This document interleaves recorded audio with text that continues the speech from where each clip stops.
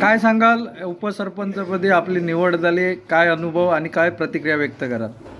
पक्षीय धोरणानुसार मला पक्षाने ह्यावेळी उपसरपंच पदाची संधी दिली आहे, याच्याबद्दल मी पहिल्यांदा पक्षाचे आभार मानतो.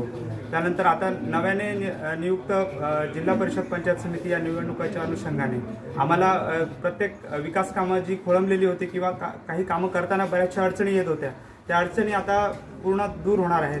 तर या सर्व गोष्टींचा फायदा घेऊन शहराच्या विकासासाठी मी कायम तत्पर राहील. पूर्वी जे माझे सहकारी माझ्यासोबत उपसरपंचपदी बसले, त्यामध्ये राजाराम सावंत असतील, जावेद खतीब असतील, त्याचप्रमाणे असतील, सगळ्यांचं सहकार्य मला अगदी पूर्णपणे मिळालेलं आहे.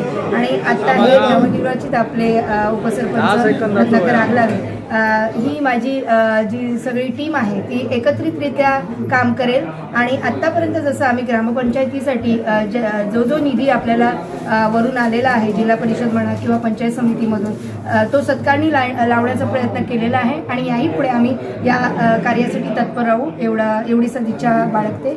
आणि इथेच बांधागावचे जे उपसरपंच पद रत्नाकर आगलावे यांना जे मिळालेलं आहे त्याचं मी खूप खूप अभिनंदन करते. आज एवढी मोठी ग्रामपंचायत आहे आणि याचं उपसरपंच पद मिळणं म्हणजे खूप भाग्याचं लागतं आहे.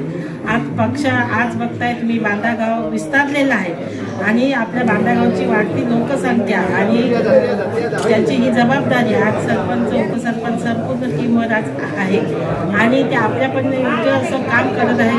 आम्हाला सर्व नागरिकांचं असंच सहकार्य यापुढेही लाभते. आणि उच्च शिक्षित असे हे रत्नाकर आगलावे आहेत, त्यांचा या ज्ञानाचा वापर ते मुख्य आपल्या या कार्यासाठी करते, जेवढी आम्हाला शाश्वती आहे.